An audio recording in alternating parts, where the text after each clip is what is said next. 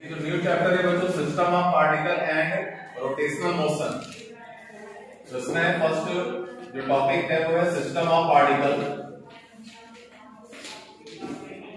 System of particle means if large number of particles confined in a boundary is called a system of particles। मान लेते हैं हमारे पास कोई body है और इस बॉडी में जो लार्ज नंबर ऑफ पार्टिकल्स हैं, ढेर सारे पार्टिकल्स हैं and particles interact with each other, इनके बीच में एक इंटरमॉलिक्यूलर फोर्स एक्ट होता है। तो इस तरीके का कोई भी सिस्टम जिसमें लार्ज नंबर ऑफ पार्टिकल्स एक बाउंड्री के इनसाइड में हैं उसको हम बोलते हैं सिस्टम ऑफ पार्टिकल।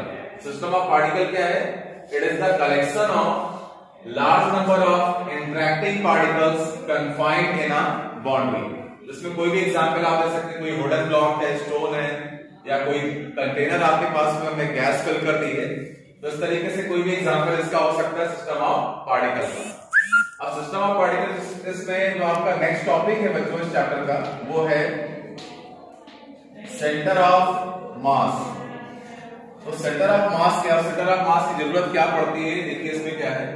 तो सेंटर ऑफ मास का मतलब क्या है? जैसे मान लीजिए हमारे पास कोई सिस्टम है और इसमें ढेर सारे पार्टिकल हैं, तो हर एक पार्टिकल का मास अपना डिफरेंट है, इसका m1 है, इसका m2 है, तो अलग अलग पार्टिकल्स हैं, सबके मास आपके अलग अलग हैं। तो यहाँ पर जो पार्टिकल है ये पार्टिकल आपका स्ट्रेट लाइन में जा सकता है या आपका रोटेशनल मोशन में कहीं भी मूव कर सकता है, कोई फिक्स नहीं है कि वो कैसे मूव कर रहा है। तो अगर आप चाहते हैं कि इस सिस्टम ऑफ पार्टिकल जो है इसका मोशन अगर हम डिस्क्राइब करना चाहते हैं तो हमको कोई ना कोई पॉइंट ऐसा कंसीडर करना पड़ेगा जिसपे हम सपोज करेंगे कि इस पूरी होल बॉडी का मास कंसंट्रेट कर रहा है। मतलब मान लेते हैं अगर इसमें n पार्टिकल्स हैं और उनके मासेस m1, m2 और mn है, तो इस पॉइंट का जो टोटल मास होगा it is equal to m1 plus m2 and so on mn। तो सेंटर ऑफ मास का मतलब ये है कि the point on the body या आउटसाइड द बॉडी कहीं भी हो सकता है where the whole mass of the body is supposed to be concentrated. मतलब किसी भी बॉडी में आपने एक पॉइंट ऐसा कंसीडर किया है कि जिस पॉइंट पर उस पूरी बॉडी का होल मास कंसंट्रेट करेगा उसको हम क्या बोलते हैं? सेंटर ऑफ मास। और इसकी जरूरत क्या पड़ती है कि अगर ये सेंटर ऑफ मास आपका स्ट्रेट लाइन में मूव कर रहा है तो हम बोलेंगे the body is in straight line motion. अगर ये सेंटर ऑफ मास आपका रोटेट कर रहा है तो हम क्या बोलेंगे? बॉडी आपकी रोटेट कर रही है। सेंटर ऑफ मास पे अगर F फोर्स अप्लाई हो रहा है इसका मतलब होल बॉडी पर जो फोर्स एक्ट होगा इट विल बी F। तो सेंटर ऑफ मास हम डिफाइन कैसे करेंगे बच्चों? The point on the body या outside the body where the whole mass of the body is supposed to be concentrated. जिस पर बॉडी का होल मास क्या होता है? कंसंट्रेट करता है, उसको हम बोलते हैं सेंटर ऑफ मास। इस पॉइंट का अगर हम मास कैलकुलेट करें तो जितने भी पार्टिकल हैं उन सबके मासेस का सम होगा, वही होता है सेंटर ऑफ मास। और ये डिस्क्राइब करता है इस बॉडी के मोशन को। ये स्ट्रेट लाइन में मोशन है, ये रोटेशनल है, इस बॉडी पर नेट फोर्स कितना लग रहा है सब कुछ आप इससे कैलकुलेट कर सकते हैं। तो the net force acting on the centre of mass is just equal to the net force acting on the body. ठीक है, तो ये होता है बच्चों सेंटर ऑफ मास। तो इसमें हम कंसीडर करते हैं कि the whole mass of the body is supposed to be concentrated. अब हमको फाइंड करना है centre of mass of system of two particles.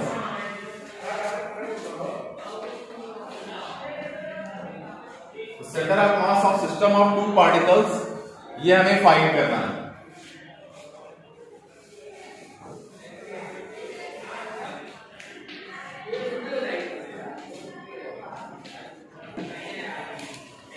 Particles तो देखिए इसमें,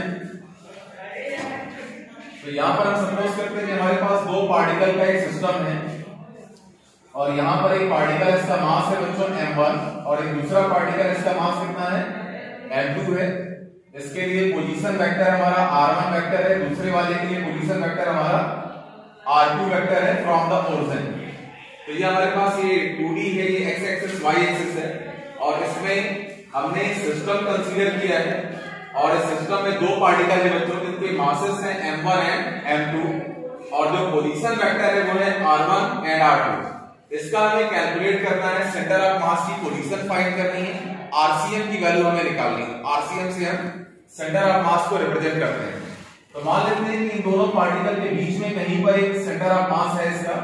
तो सेंटर ऑफ मास का मतलब जहां पर पार्टिकल का टोटल मास कंसंट्रेट करेगा, इस पॉइंट पर टोटल मास कितना हो जाएगा बच्चों, m1 प्लस m2, और इसका जो डिस्टेंस है, ये जो RCM होगा, ये हमें कैलकुलेट करना है। तो सेंटर ऑफ मास की पोजीशन हमें फाइंड करनी है जहां पर इन दोनों इस पूरे सिस्टम का टोटल मास कंसंट्रेट करेगा। ये RCM हमें कैलकुलेट करना है। इसमें पहले वाले का पोजीशन वेक्टर R1 है, दूसरे वाले का पोजीशन वेक्टर R2 है। सपोज करते हैं फर्स्ट पार्टिकल की वेलोसिटी है v1 और सेकंड पार्टिकल की वेलोसिटी है v2, मतलब मूव कर रहे हैं पार्टिकल्स आर मूविंग। तो फर्स्ट पार्टिकल की वेलोसिटी v1 ले लिया हमने, सेकंड पार्टिकल की वेलोसिटी v2 ले लिया। तो अगर हम इसको कैलकुलेट करें तो वेलोसिटी ऑफ फर्स्ट पार्टिकल,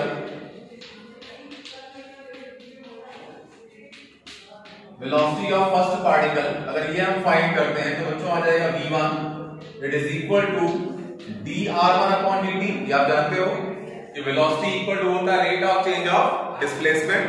तो यहां से आ जाएगा dr1 अपॉन dt, ये पहले वाले पार्टिकल की वेलोसिटी होगी। इस पर हम सपोज करते हैं हमने एक्सटर्नली एक फोर्स अप्लाई किया, कितना बच्चों, F1। हमने बाहर से फोर्स अप्लाई किया F1 और दूसरे पार्टिकल पे जो फोर्स अप्लाई किया वो कितना है, F2 है। तो अगर हम फोर्स की वैल्यू फाइंड करें तो force acting on the first particle, जो एक्सटर्नली हम अप्लाई कर रहे हैं, तो ये हो जाएगा F1, ये एक्सटर्नल फोर्स है। फोर्स का फॉर्मूला होता है बच्चों मास इनटू एक्सेलरेशन। तो पहले पार्टिकल का मास कितना है बच्चों, m1, तो एक्सेलरेशन क्या आ जाएगा, a1। इसको लिख सकते हैं m1। एक्सेलरेशन का जो फॉर्मूला है वेलोसिटी के टर्म में, ये आ जाएगा dv1 upon dt, rate of change of velocity acceleration. Where velocity v1 की वैल्यू हमने क्या फाइंड की है बच्चों, v1 is equal to dr1 upon dt। तो जो f1 आएगा उसकी वैल्यू हो जाएगी m1, d v1 की वैल्यू आ गई dr1, तो d square r1 upon dt square हो जाएगा। तो यहां से मिल रहा है आपको m1, v1 की वैल्यू हमने यहां से पुट कर दी, तो जो वैल्यू आ रही है वो होगी d square r1 upon dt square. ये आपको मिल गया f1। तो f1 is equal to m1 d square r1 upon dt square. इसको हम कर लेते हैं question number 1। Similarly the force acting on second body को हम कैलकुलेट कर सकते हैं जो हमने अप्लाई किया है। तो force acting on second body अगर ये हम फाइंड करें तो F2 इज इक्वल टू हो जाएगा बच्चों m2 कर लेंगे इसको, यहां जो r1 है उसको r2 कर लेंगे, d square r2 upon dt square. तो F2 is equal to m2 d square r2 upon dt square. ठीक है, तो अगर हम नेट फोर्स फाइंड करें पूरे सिस्टम पे कितना फोर्स लग रहा है वो अगर हम कैलकुलेट करें तो क्या हो जाएगा, F1 प्लस F2 हो जाएगा। तो अगर हम इसमें फाइंड करते हैं net force acting on the body, तो F इज इक्वल टू हमको मिलेगा F1 प्लस F2। तो F इज इक्वल बच्चों F1 हमने निकाला है m1 d square r1 upon dt square, और ये F2 हमने निकाला है m2 d square r2 upon dt square. तो यहां से देखिए इसमें d square upon dt square को हम कॉमन कर लें तो ब्रैकेट में आएगा m1 r1 plus m2 r2, कैसे आ जाएगा, d square upon dt square अगर हम कॉमन कर देते तो ब्रैकेट में आएगा m1 r1 plus m2 r2। ये जो फोर्स F लग रहा है ये फोर्स आपका एक्ट होगा एट द सेंटर ऑफ मास। कि जो भी पूरे सिस्टम पे फोर्स एक्ट होता है it is just equal to the force acting on the centre of mass. Centre of mass में जो फोर्स अगर हम कैलकुलेट करें तो उसके लिए देखिए टोटल मास क्या है बच्चों, m1 प्लस m2, और इसके लिए अगर एक्सेलरेशन निकाला जाए तो आ जाएगा d square RCM upon dt square. d square RCM upon dt square यहां से आ रहा है, ये जो आपने R2 लिखा उसके प्लेस पे क्या कर दिया RCM. This is the position of the center of mass, and it is equal to d square upon dt square in bracket m1 r1 plus m2 r2. तो d square upon dt square cancel हो जाएगा and we get RCM equal m1 r1. इसको आप cut नहीं करेंगे, integrate होगी cancel होता है, तो m1 r1 m2 r2 और डिवाइड में आ जाएगा बच्चों m1 प्लस m2. तो ये फॉर्मूला है सेंटर ऑफ मास का. तो centre of mass of the system of two particles it is equal to है m1 r1 plus m2 r2 upon m1 plus m2. Center of mass of system of n particles.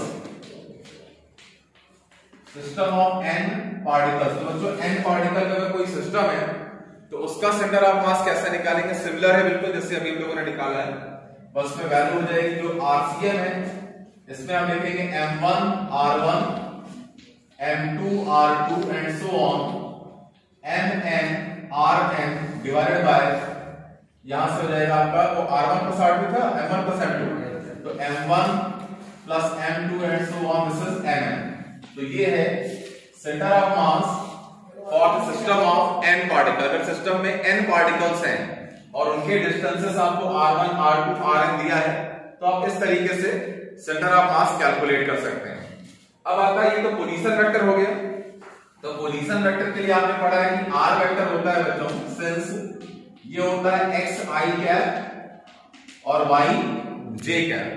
तो अगर हम इसको x और y coordinate के form में calculate करें centre of mass तो देखिए कैसे आएगा. तो यहां देखिए, यहां पर हम इसमें शो करेंगे तो in x y कोऑर्डिनेट, तो x y कोऑर्डिनेट के फॉर्म में कैसे हम कैलकुलेट करेंगे वो देखिए सेंटर ऑफ मास को. तो जो RCM बच्चों इसको लिख सकते हैं, RCM इज इक्वल टू हो जाएगा XCM I cap Y CM J cap. R1 vector को हम लिख सकते हैं X I कैप या X1 I कैप और यहां से Y1 J cap. R2 vector को लिख सकते हैं X2 I cap Y2 J cap. ऐसे कर सकते हैं. RCM is equal to XCM I cap YCM J cap in coordinate form. ठीक है, अगर हम इसको कोऑर्डिनेट में लिखें तो ऐसे लिखेंगे, R1 वेक्टर को लिखेंगे X1 I cap Y1 J cap. वैसे हमने इसको कोऑर्डिनेट्स में स्प्लिट कर दिया. तो अब अगर हम कैलकुलेट करें बच्चों XCM और YCM, मतलब ये हो जाएंगे these are the coordinates of the centre of mass. XCM and YCM are the coordinates of centre of mass. तो अगर हम इसमें XCM फाइंड करते हैं बच्चों तो वैल्यू आती है m1 x1 plus m2 x2. अगर n पार्टिकल है तो mn xn upon m1 plus m2 and so on, this is mn.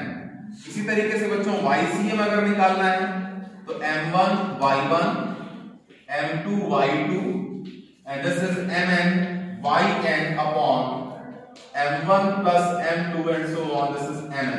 तो इस तरीके से हम कैलकुलेट कर सकते हैं बच्चों coordinates of the centre of mass YCM XCM, ये हम इसमें फाइंड कर सकते हैं. तो इस पे एक न्यूमेरिकल देखते हैं. बस ये क्वेश्चन हमारे पास है. तो यहां पर है एक हमारे पास एक स्क्वायर है बच्चों और ये इस तरीके से XY कोऑर्डिनेट में एक स्क्वायर रखा हुआ है. ये इसका ओरिजिन है तो 0 0 हो जाएगा. और स्क्वायर की ईस्ट साइड की मेजरमेंट हमारे पास है, मान लेते हैं कि 1 मीटर या आपको स्मॉल ए दिया है. Small A is the side of the square. तो स्क्वायर की ईस्ट साइड की मेजरमेंट हमारे पास ए है और इसमें 1 kg मास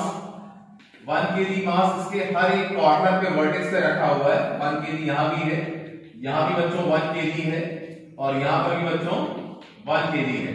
तो इसके जितने भी 4 कॉर्नर्स हैं उसमें हमने 1 kg और 1 kg के मासेस प्लेस किए हैं बच्चों और ये स्क्वायर है. तो हमें फाइंड करना है इस सिस्टम का सेंटर ऑफ मास के कोऑर्डिनेट हमें फाइंड करने हैं. तो इसमें क्वेश्चन क्या है कि find the coordinates of the centre of मास इस पूरे सिस्टम का. तो find the coordinates of centre of mass तो अगर हम लोगों ने पीछे पढ़ लिया है, कोऑर्डिनेट ऑफ सेंटर ऑफ मास निकालने के लिए फॉर्मूला हमारे पास है m1 x1 m2 x2।